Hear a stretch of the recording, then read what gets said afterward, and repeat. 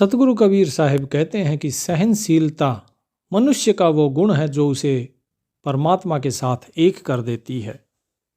लेकिन सहनशीलता हर किसी के बस की बात नहीं होती। जो सहनशील हो गया वास्तव में वही संत है। आज के समय में लोग सोचते हैं कि बस कुछ दिन हम भजन बंदगी कर लें और हमें उस परमात्मा का दीदार हो जाए। लेकिन ये जरा बताइए, भला कैसे संभव है? सारी उम्र जिसने इस संसार को दे दी हो और उसके बाद वो सोचे कि हम कुछ दिन भजन बंदगी करके और पार हो जाएं, तो ऐसा भला कैसे हो सकता है? कबीर साहिब कहते हैं कि सहनशील बनो, सारी चिंताओं से मुक्त हो जाओ, सब कुछ प्रभु के भरोसे पर छोड़ दो, केवल अपना कर्म करो। जो भी तुम्हें कार्य मिलता है उसे परमात्मा का कार्य समझकर करो और सभी चिंता, सभी व्यवधान, सभी से मुक्त हो जाओ। हर बंधन से मुक्त होकर कार्य करो। केवल उस परमात्मा के सुमिरन में लगे रहो। श्वास श्वास में नाम ले, वृथा श्वास मत खोए, ना जाने इस श्वास का फिर आवन होए न होए।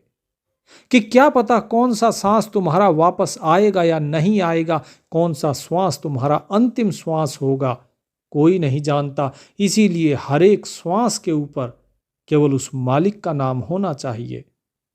और चिंता क्यों करनी है? कबीर क्या मैं चिंत हूं, मम चिंते क्या होए, मेरी चिंता हरि करें, चिंता मोहि न कोय। कि बताइए मैं किस चीज की चिंता करूं और मेरे चिंता करने से होगा भी क्या? जिस परमात्मा ने मुझे इस संसार में भेजा है वो स्वयं ही मेरी चिंता करेगा, इसलिए मुझे कोई चिंता नहीं। जिस व्यक्ति के अंदर इस प्रकार का भाव हो वही वास्तव में सहनशील होता है। सहनशीलता इसी प्रकार ही आती है। जब तक प्रभु के ऊपर भरोसा नहीं होगा तो सहनशीलता कहां से आएगी? व्यक्ति तभी तो परिस्थितियों को सहना सीखेगा जब उसे ये पता होगा कि हाँ, कोई है जो उसके ऊपर है, जब उसे कोई सहारा दिखाई देगा। जिस प्रकार एक पिता अपने बच्चे को ऊपर उछालता है तो बालक उसका आनंद लेता है, वो हंसता है क्योंकि उसे पता है कि जब मैं नीचे आऊंगा तो मेरा पिता मुझे पकड़ लेगा। लेकिन जिस बालक को अपने पिता पर भरोसा नहीं होता, उस बालक को यदि आप ऊपर उछालोगे तो डर के मारे रोता है क्योंकि उसे भरोसा नहीं है। तो इसीलिए जब आप किसी के ऊपर भरोसा करते हो तब आप चिंता से मुक्त हो जाते हो। और यदि भरोसा उस परमात्मा पे है तो फिर आपको चिंता करने की कोई ज़रूरत ही नहीं। फिर आप हर चीज़ को आसानी से सहन कर लोगे क्योंकि आपकी रक्षा के लिए वो परमात्मा हमेशा तत्पर खड़ा हुआ है। कबीर साहिब कहते हैं कि कोई भी परिस्थिति हो, सहनशील बनो। लोग कहते हैं कि सहनशील कहना बड़ा आसान है, लेकिन क्या कभी किसी ने ऐसी सहनशीलता रखी है? कल जब जरना का अंग था उसमें भी बताया गया भक्त प्रहलाद के बारे में, ध्रुव के बारे में, मीराबाई के बारे में। लेकिन लोग बोले नहीं, किसी संत के बारे में बताओ जो संत इस प्रकार की बातें करते हैं। क्या किसी संत ने इस प्रकार की सहनशीलता रखी है? तो सुनिए, संत तुकाराम जी, उनकी पत्नी छत पर खड़ी खड़ी देख रही थी कि उनके पति दूर से गन्ने की एक पूरी गठरी लेकर आ रहे थे। लेकिन जब वो नीचे आई और नीचे आकर उनकी प्रतीक्षा करने लगी तो उन्होंने देखा कि उनके हाथ में केवल एक गन्ना रह गया, क्योंकि बीच में बच्चों की टोली मिल गई। उन्होंने सारे गन्ने उनके अंदर बांट दिए और जब घर आए तो उनकी पत्नी क्रोधित हो गई। उन्होंने खींचकर वो गन्ना तुकाराम के हाथ से लेकर उनकी पीठ पर दे मारा। क्रोध में वो इतनी जोर से मारा कि गन्ने के 2 टुकड़े हो गए। तुकाराम जी इस अचानक हुए प्रहार से गिर पड़े और चौखट से उनका सर टकरा गया। वो उठते हुए बोले कि हे दयामयी, तू कितनी अच्छी है। मैं सोच रहा था कि एक गन्ना है और खाने वाले 2 हैं, कैसे खाएंगे। जिस गन्ने को तोड़ने की जहमत मुझे उठानी पड़ती, तूने उसे स्वयं ही तोड़कर 2 टुकड़े कर दिए। ले, एक तू खा, एक मैं खाऊं। तनिक भी क्रोध नहीं। रावण को देखो, रावण ने जब विभीषण को लात मारी क्योंकि विभीषण ने उनको कहा कि आप सीता को देकर और श्री राम की शरण में चले जाइए, लेकिन विभीषण को लात मारी। तब भी विभीषण क्रोधित नहीं हुए, बल्कि उन्होंने यही कहा कि आप मेरे बड़े भाई हैं, आप मेरे पिता के समान हैं। आप श्री राम की शरण में चले जाएंगे तभी आपको चैन मिल सकेगा, आप चैन से रह सकेंगे। लेकिन रावण ने बात नहीं मानी और उसका त्याग कर दिया। और जब विभीषण जी गए तो उन्होंने दूर से ही श्री राम और लक्ष्मण को देखा और कह उठे, दूर इते देखे दो भ्राता, नैनानंद दान के दाता। कि दूर से ही जब दोनों भाइयों को देखा तो ऐसा लगा कि आंखों में आनंद ही आनंद, पूरे हृदय में आनंद ही आनंद भर गया हो। तो प्रभु का दर्शन उसे होता है जिसके मन में सहनशीलता होती है, जो परिस्थितियों के आगे टिक ना पाए, जो बह जाता है, वो सहनशील नहीं होता, वो सच्चा भक्त नहीं होता। जैसे भृगु ने भगवान विष्णु की छाती पर लात मारी अहंकार में भर के। कबीर साहेब कहते हैं, क्षमा बड़ेन को चाहिए छोटन को उत्पात, कहा विष्णु को घट गया जो भृगु मारी लात। कि जो बड़े लोग होते हैं, जो बुजुर्ग होते हैं, उनको जो छोटे व्यक्ति होते हैं, छोटे बच्चे होते हैं, उनके उत्पात को क्षमा कर देना चाहिए। यही बड़ों का धर्म है। जरा बताइए, यदि भृगु ऋषि ने विष्णु को लात मारी तो इसमें किसका मान घटा? विष्णु जी का मान नहीं घटा, इसमें मान घटा भृगु जी का। क्योंकि उनको लगा था कि उन्होंने अपने अहंकार को जीत लिया, तीनों लोकों में डंका बजाया कि मैंने जीत लिया, मैंने जीत लिया।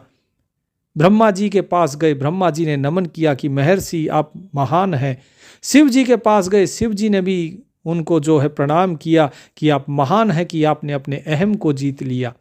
और जब विष्णु जी के पास गए तो विष्णु जी ने उनकी तरफ ध्यान नहीं दिया। वो बार बार कहते रहे कि हे नारायण, हे जगतपति, देखिए मैंने अपने अहम को जीत लिया।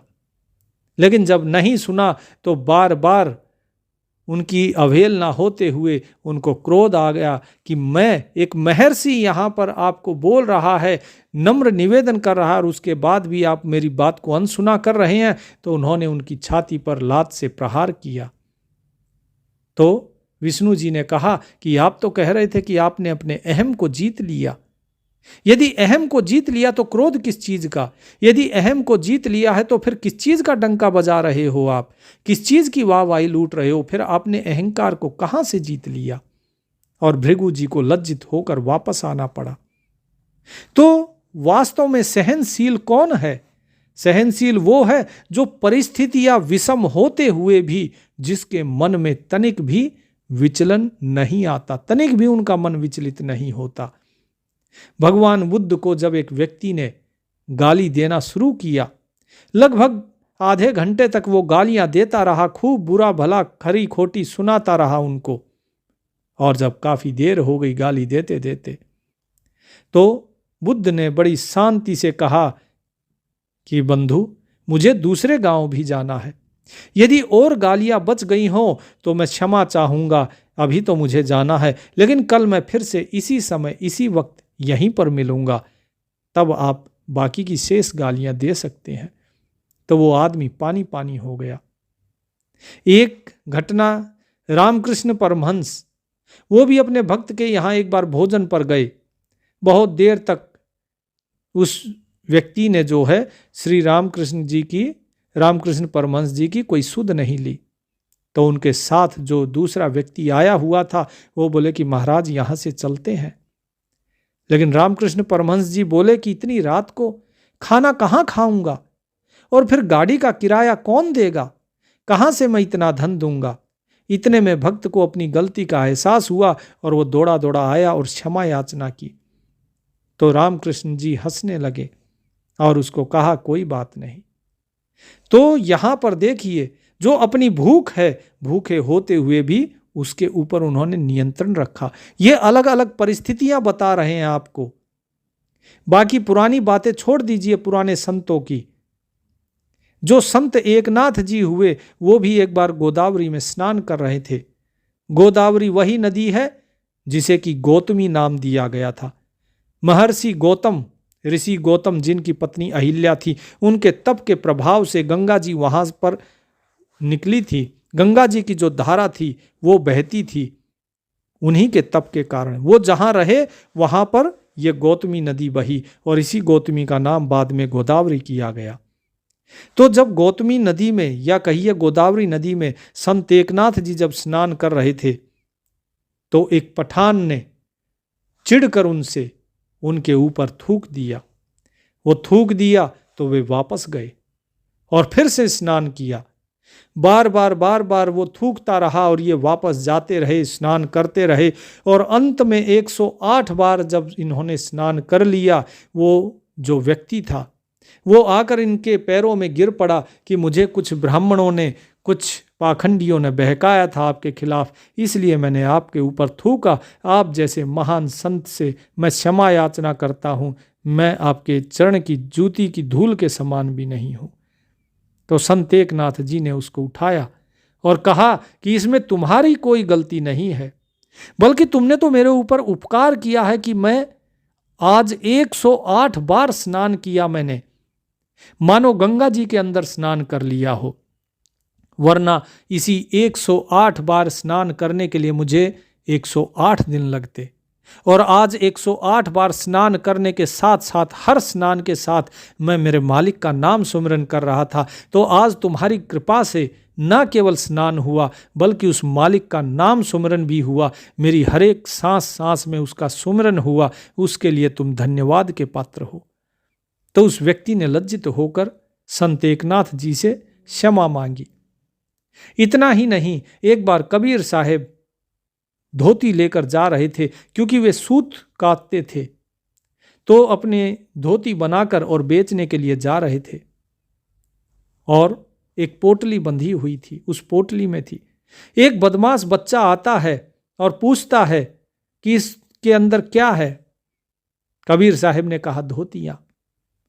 बोले दिखाओ। तो उन्होंने एक धोती दिखाई। बोले क्या कीमत है इसकी? कबीर साहब ने कहा कि 20 पैसे। और जब 20 पैसे कहा तो उसने धोती की आधा टुकड़ा कर दिया। बोले अब कितना? बोले 10 पैसे। फिर उसने जो है आधा टुकड़ा कर दिया। बोले अब कितने? बोले अब इसकी कीमत केवल 5 पैसे बची है। वो लड़का जो युवक था जिसने धोती के टुकड़े कर रहा था, एक एक करके छोटे छोटे टुकड़े कर दिए।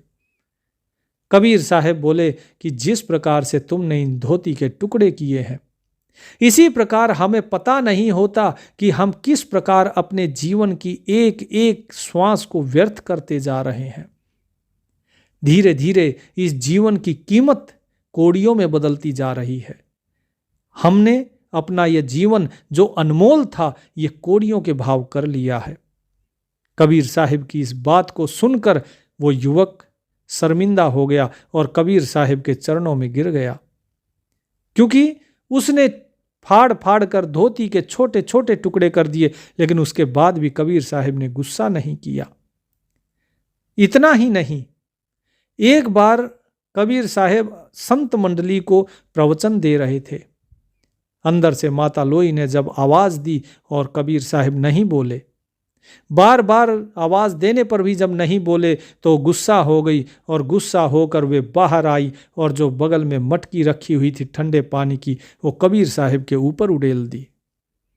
कबीर साहब बोले आहा, आनंद आ गया, आज तो जितना भी नहाने का परिश्रम था सारा बच गया।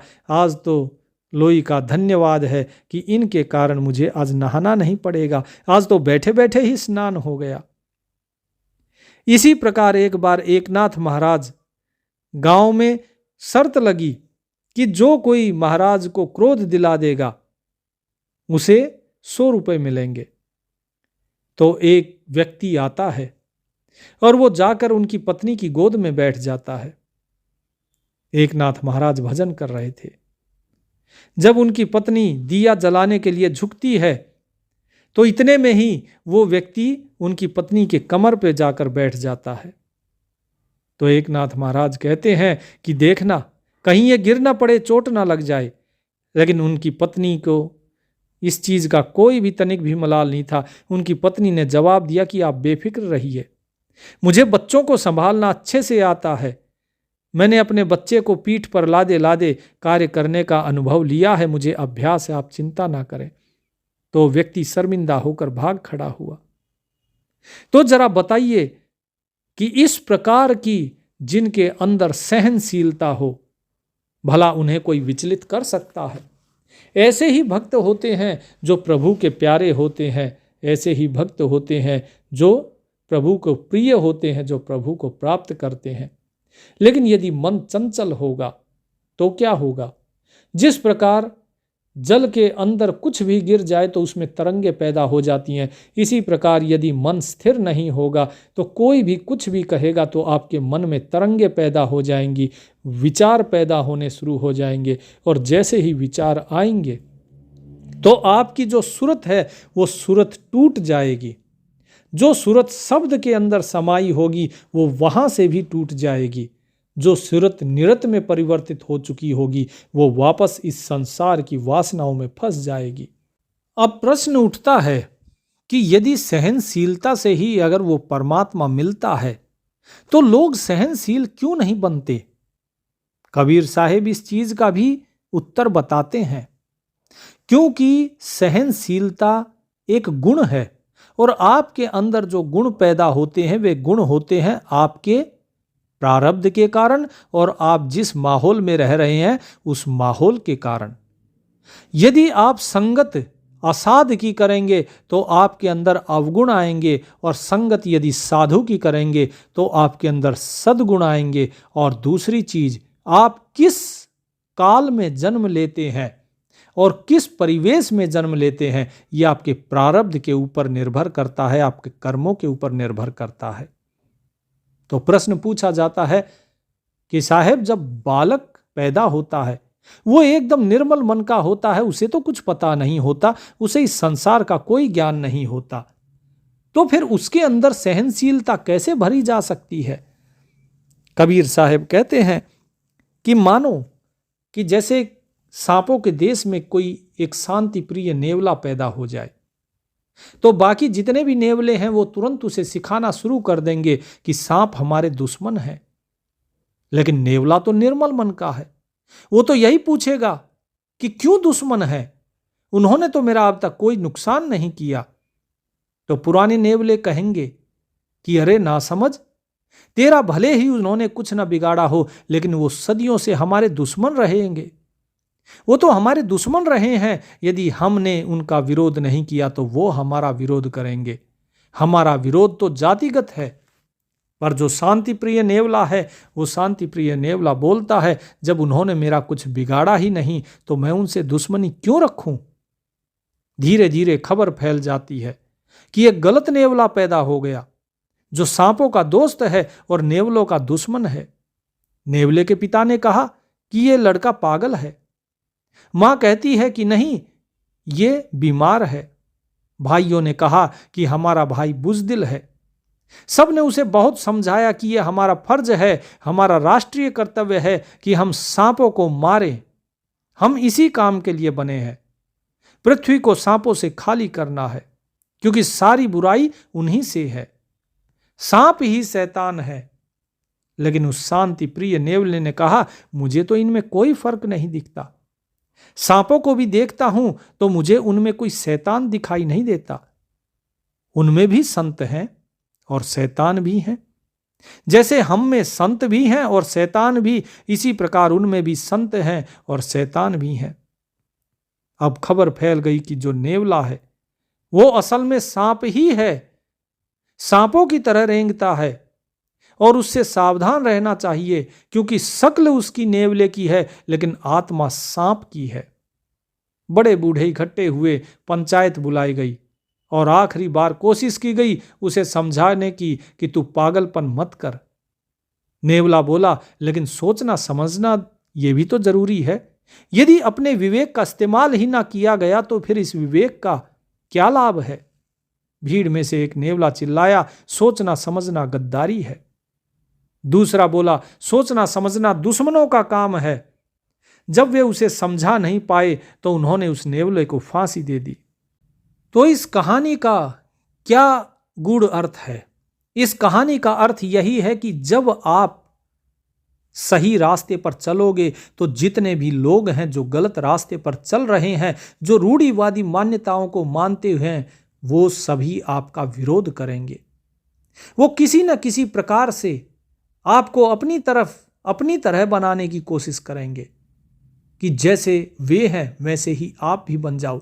जैसे उनके मन में ईर्ष्या, द्वेष, बैर भाव, चुगली, निंदा, मान, बड़ाई, काम, क्रोध, लोभ, मोह, जिस प्रकार वे इनमें फंसे हुए हैं, आप भी उन्हीं में फंसो।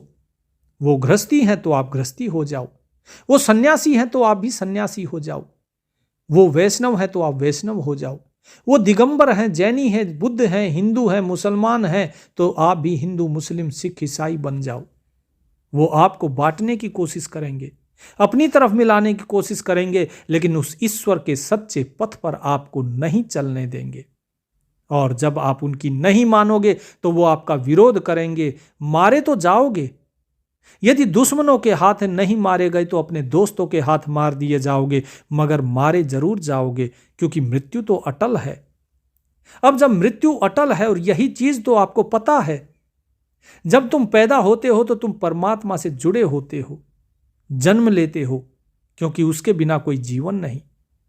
उस क्षण तुम सबसे शुद्ध स्रोत होते हो, सबसे शुद्ध जो परमात्मा है उससे जुड़े होते हो। अभी तुमने वही जल नहीं पिया होता जिसे पीने के बाद आदमी भटकने लगता है। वो जल है इस समाज की शिक्षा, इसकी सभ्यता, इसकी संस्कृति, और वही जल जिसे समाज तुम्हें चाहता है कि बहुत जल्दी पिला ले। एक बार उस जल को पी लिया तो तुम भूल जाओगे कि तुम्हारे भीतर कोई शुद्ध जल का झरना भी है। तुम भूल जाओगे कि तुम्हारे अंदर वो परमात्मा बैठा हुआ है। तुम भूल जाओगे कि तुम ये शरीर, ये मन, ये बुद्धि, ये इंद्रियां नहीं, बल्कि वो आत्मा हो, वो चेतना हो।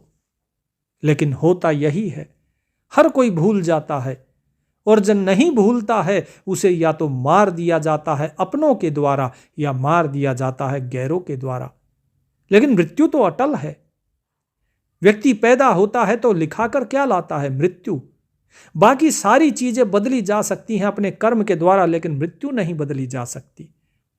मंसूर को देखिए, मंसूर अल हलज, जिन्होंने एक प्याला जो पिया था सिमली ने, उस प्याले के बाहर एक बूंद लगी रह गई थी उस अमृत की जो सतगुरु सम सतबरेज ने दिया था।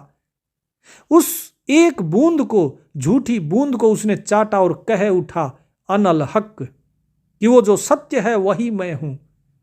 लोगों ने कहा कि नहीं, ये तो स्वयं को खुदा कहने लगा। बादशाह के पास गया, बोले ये तो स्वयं को खुदा कह रहा है। बादशाह ने कहा कि इसके हाथ काट दिए जाए। उसके हाथ काट दिए गए।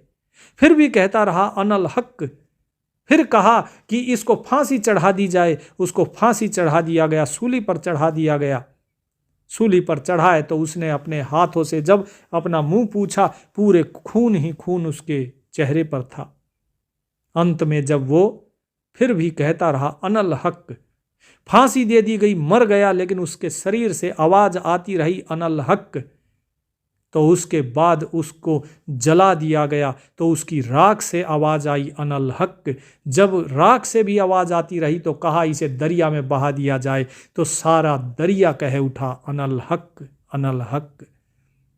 तो जो परमात्मा के प्यारे होते हैं उनको ये संसार जीने नहीं देता, लेकिन फिर भी यदि उस परमात्मा से मिलना है तो इस रास्ते पर तो चलना ही पड़ेगा। विरोध को सहना पड़ेगा, सहनशील बनना पड़ेगा। कोई तुम्हारे साथ कुछ भी करता रहे, केवल उस परमात्मा के अधीन हो जाओ और करते रहो अपने कर्म को। जब अपने कर्म को करते रहोगे तो अपने आप ही वो परमात्मा तुम्हारा सहाई हो जाएगा। फिर तुम्हारा कोई कुछ नहीं बिगाड़ सकता। यदि उस परमात्मा से मिलना है तो भी तो इस शरीर का तो त्याग करना ही होगा। उस परमात्मा का दर्शन करना है, उसके साथ एक होना है, तो इस शरीर का तो त्याग करना ही है। कौन सा भला ऐसा संत हुआ, ऐसा अवतार हुआ, कौन सा ऐसा भक्त हुआ जिसने शरीर का त्याग ना किया हो? जो भी इस संसार में पैदा हुआ उसे इस शरीर का तो त्याग करना ही पड़ा है। मरना हमारे हाथ में नहीं है। जीना हमारे हाथ में नहीं है कि हम कहाँ पैदा हुए, ये हमारे हाथ में नहीं, लेकिन हमारी मृत्यु किस कारण से हो रही है, हमारी जो मृत्यु है वो किस लक्ष्य की प्राप्ति के लिए आई है, वो महत्वपूर्ण है। इसी को कहते हैं मरने की तैयारी। हम किस चीज के लिए अपना जीवन लुटा रहे हैं, किस चीज के लिए अपनी सांसों की पूंजी लुटा रहे हैं, ये महत्वपूर्ण है। यदि इस महत्वपूर्ण चीज को ही अगर आप नहीं समझे तो जीवन व्यर्थ है, फिर इस जीवन का कोई लाभ नहीं है। कीड़े मकोड़ों की तरह कहीं पैदा हुए और किसी अंधेरे कोने में जाकर मर गए और उठा के लोगों ने जला दिया, फूंक दिया, क्या हुआ? ये सब तो पशु पक्षी कीड़े मकोड़ों की तरह जिंदगी हुई। जीवन ऐसा होना चाहिए जो बड़ा हो, लंबा हो ना हो, लेकिन वो जीवन महान होना चाहिए। जीवन उस परमात्मा के लिए होना चाहिए जिसने जीवन दिया है। लेकिन हम उसको छोड़ के उन लोगों के पीछे अपना सारा जीवन व्यर्थ कर देते हैं जिन्हें हमसे कोई आशा नहीं, जो केवल अपनी स्वार्थ सिद्धि के लिए हमारे साथ जुड़े हुए हैं। मरने के बाद 4 दिन रोते हैं और 5वें दिन कहते हैं अरे छोड़ो, चलो चलो अपना काम करो, जाने वाला तो चला गया, वो तो आने वाला नहीं है। और उसके बाद सब अपना दूसरा सहारा ढूंढना शुरू कर देते हैं। फिर उन्हें दूसरा सहारा मिल जाता है, फिर उस सहारे के सहारे वो अपना जीवन व्यतीत करना शुरू कर देते हैं। इसीलिए कबीर साहिब कहते हैं कि भाई तुम इनके मोह में ना पड़ो, तुम केवल उस परमात्मा से प्रेम करो और ये जानो कि वो परमात्मा इन सभी के अंदर है जो तुम्हारे आसपास है। तुम इनके मोह में ना पड़ो, इनके अंदर जो वो परमात्मा है उससे प्रेम करो। तुम ये जानो कि केवल वो परमात्मा ही है जो सबके अंदर है और वही तुम्हारा है। जब तुमसे कोई प्रेम करता है तो वो परमात्मा प्रेम करता है। जब कोई तुम्हें कुछ खरी खोटी सुनाता है तो समझो कि वो परमात्मा ही उनके रूप में तुम्हें खरी खोटी सुना रहा है। उसके बाद तुम्हें देह दिखाई नहीं देगी, फिर तुम्हें केवल और केवल वो परमात्मा ही दिखाई देगा। फिर हर कार्य उस परमात्मा के लिए होगा। फिर तुम सब कुछ रखते हुए भी त्यागी हो जाओगे, सब कुछ भोगते हुए भी तुम त्यागी हो जाओगे, बैरागी हो जाओगे। अब त्यागी भला कैसे हुआ जा सकता है? त्यागी किस प्रकार से बना जा सकता है? तो कबीर साहब एक बार अपना चरखा बुन रहे थे, तभी काशी नरेश का एक सिपाही आकर उनको कहता है कि काशी नरेश ने आपसे गुजारिश की है, आपसे विनती की है कि आप उनके महल में पधारें। कबीर साहब कहते हैं लेकिन मुझे तो महल जाने की कोई इच्छा नहीं है।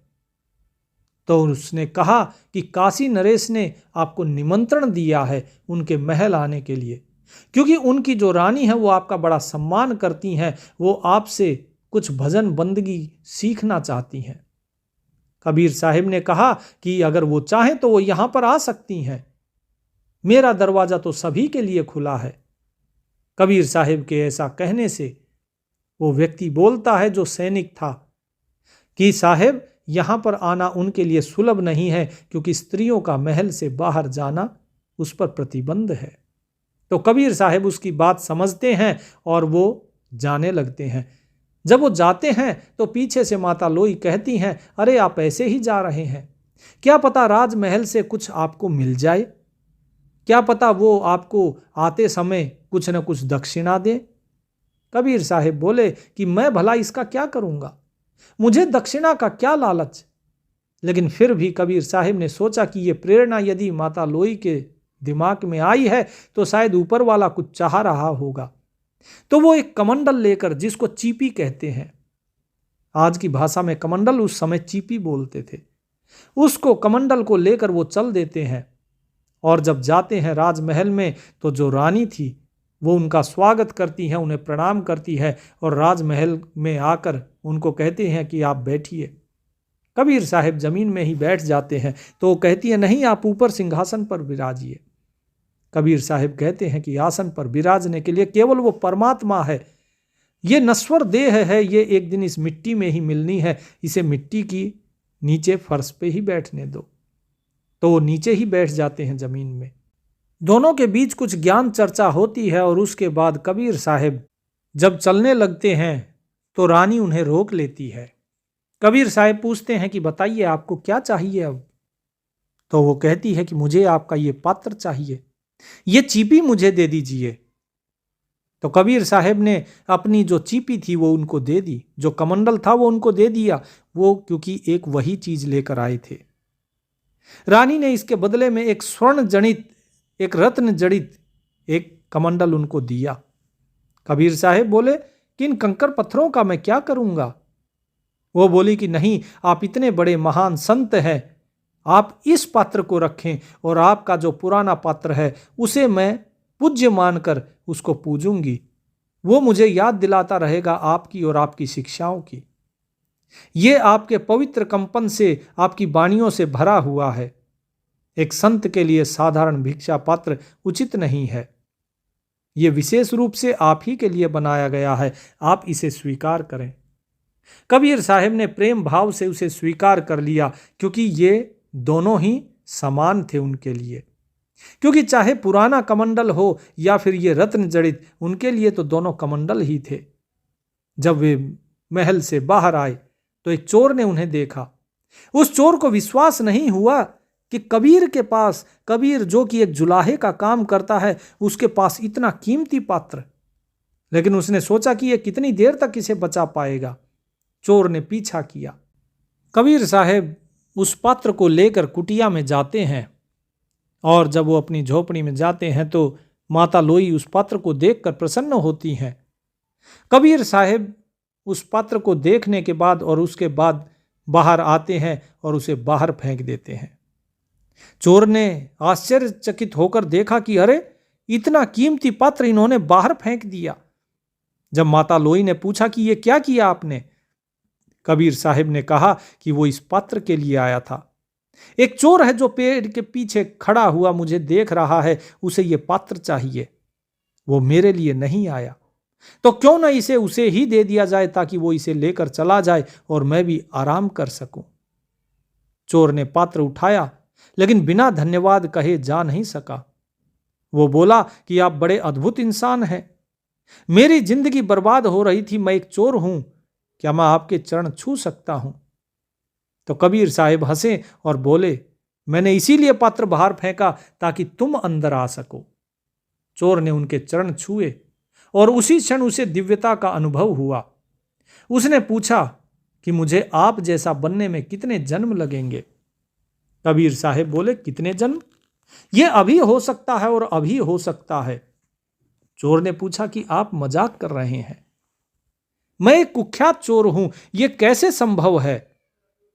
कबीर साहब कहते हैं, यदि किसी मकान में वर्षों से अंधेरा हो, सदियों से अंधेरा हो, और अगर कोई दीपक जलाए तो क्या अंधेरा यह कहेगा कि मैं यहां सदियों से विराजमान हूं, मैं नहीं जाऊंगा?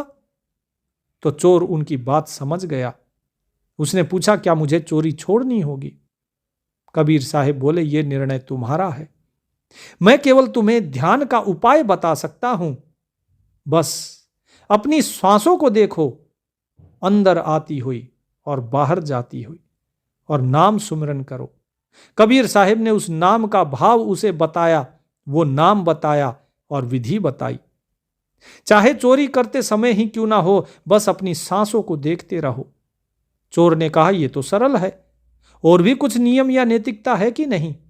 कबीर साहब ने कहा, और कोई नियम नहीं, कुछ नहीं, बस अपनी सांसों को देखो, सब कुछ तुम्हारी सांसें ही हैं, इन सांसों को ही परखो। संध्या आरती में भी यह बताया जाता है कि श्वासा पारस भेद हमारा, जो खोजे सो उतरे पारा, श्वासा पारस आदि निशानी, जो खोजे सो है दरबानी। तो इन श्वासों को ही देखो, केवल अपनी श्वासों को, और कुछ नहीं।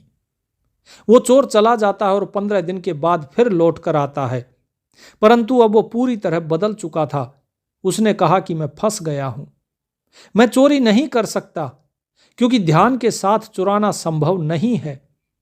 कबीर साहब ने कहा कि अब निर्णय तुम्हारे हाथ में है, अब तुम्हारे लिए निर्णय का समय है। यदि तुम्हें आंतरिक शांति चाहिए तो इस नाम को चुनो, और अगर तुम्हें धन चाहिए तो इस पात्र को चुनो।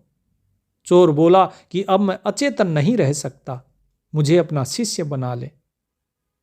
तो कबीर साहब ने उसे अपना शिष्य बनाया और उसको बताया कि मैं तो तुम्हें पहले ही दीक्षा दे चुका हूं। ध्यान कोई नैतिकता या चरित्र नहीं, बल्कि आपकी आंतरिक जागरूकता के ऊपर आधारित होता है। तो जिस प्रकार चोर ने इस चीज को महसूस किया कि जब व्यक्ति ध्यान करता है तो वो चोरी नहीं कर सकता है, क्योंकि ध्यान तो उसका श्वासों पे है, ध्यान तो उसका नाम पर है। इसी प्रकार जब आप लोग धीरे धीरे श्वासों के ऊपर ध्यान रखते हो तो फिर बाहर की चीजों से आप विरक्त होते जाते हो, आप बैरागी होते चले जाते हो, आपका फिर बाहर की चीजों में मन नहीं लगता। लोग कहते हैं माया छोड़ दो, लोग कहते हैं धन छोड़ दो, लोग कहते हैं परिवार छोड़ दो। मैं कहता हूं कि जो कबीर साहिब ने बताया वो चीज सुनो कि सहज भाव में रहो। करना क्या है? श्वासों पे ध्यान करना है और नाम सुमिरन करना है। जब श्वासों पे ध्यान रखोगे तो बाहर का ध्यान अपने आप ही समाप्त हो जाएगा। जब श्वासों में रम जाओगे तो संसार से जो रमे हुए हो वहां से बाहर निकल आओगे, अपने आप ही विरक्त हो जाओगे। और जब धीरे धीरे अपनी आत्मा का अनुभव करोगे तो इस देह, इस शरीर से भी मुक्त होते चले जाओगे। फिर उसके बाद तुम्हारी इस देह को कोई गाली दे रहा है, कोई इसे जला रहा है, कोई इसे पीट रहा है, तुम्हें उससे कोई मतलब नहीं होगा, क्योंकि ये जान जाओगे कि आप ये देह नहीं है, ये शरीर नहीं, ये मन नहीं, ये इंद्रिय नहीं। आप वो चेतना हो जो इस शरीर के अंदर है, आप वो चेतना हो जो उस परमात्मा के साथ एक है, वो आत्मा, वो आप हो। और जिस दिन इस चीज का आभास, अनुभव आपको हो गया, उस दिन समझना कि आपने पहला कदम सत्य में अब रखा है भक्ति की तरफ। जब तक आप इसका अनुभव नहीं करते तब तक समझना कि आपने केवल और केवल मौखिक, केवल वाचक जाप किया है, आत्मा की गहराई से जाप नहीं किया, मन की गहराई से आपने जाप नहीं किया है। कबीर साहिब कहते हैं, साधु गांठ न बांधही उदर समाना ले, आगे पीछे हरि खड़े जब मांगे तब दे। कि जो साधु होता है, परमात्मा का प्यारा होता है, वो कभी गांठ नहीं बांधता, वो जोड़ कर नहीं रखता, वो केवल इतना लेता है जिससे उसका पेट भर जाए, बाकी सब वो दान कर देता है। जो संत होता है, साधु होता है, जो भिक्षा पर भी जीवन निर्वाह करता है, वो भिक्षा मांग कर लाता है और संध्या होने से पहले उस भिक्षा को बांट देता है सभी जीव जंतुओं में, ताकि वो किसी का पेट भर सके। लेकिन वो अपने लिए नहीं बचाता है, क्योंकि उसके आगे पीछे स्वयं परमात्मा रहते हैं। जब उसे जरूरत होती है, बिना मांगे, तब परमात्मा उसे स्वयं दे देते हैं। इसीलिए तुम चिंता मत करो। यदि तुम इस रास्ते पर चलना चाहते हो तो इस रास्ते पर तुम्हारा स्वागत है, लेकिन तुम्हें परमात्मा के ऊपर पूर्ण विश्वास रखना होगा। तो वो चोर कहता है कि आज से मैं केवल और केवल आपके सुपुर्द हुआ, अपने आप को मैं आपको समर्पित करता हूं। जैसे आप कहेंगे मैं वैसे ही चलूंगा, जो आप कहेंगे मैं वही करूंगा। तो आप भी इसी प्रकार अपने गुरु और उस परमात्मा के प्रति समर्पित हो जाइए, अपनी श्वासों पर ध्यान रखिए, नाम सुमिरन कीजिए, ताकि आपका भी कल्याण हो सके। सत साहिब।